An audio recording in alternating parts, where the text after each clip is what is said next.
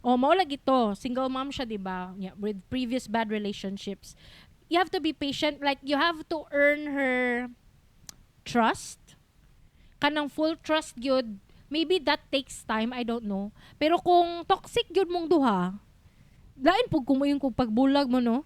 Lain man, I Um, mean, you have to talk it out or be patient lang or gyud. be Kay, patient. wala mang may kabalo sa context ko. Both, talk it out and be patient. Wala may kabalo kung bago pa ba mo? Or Oh. or 15 years na mo sigsilos-silos kay kana. Grabe na. Hindi na naman. kung, kung 15 years na mo sigsilos-silos, undangin na ninyo. Kapuya na. Pero kung 1 year, 2 years pa lang mo, be patient. Basin lang mag-change pa na siya or mag-mature. Unya, basin po sa imuha po ng overtime.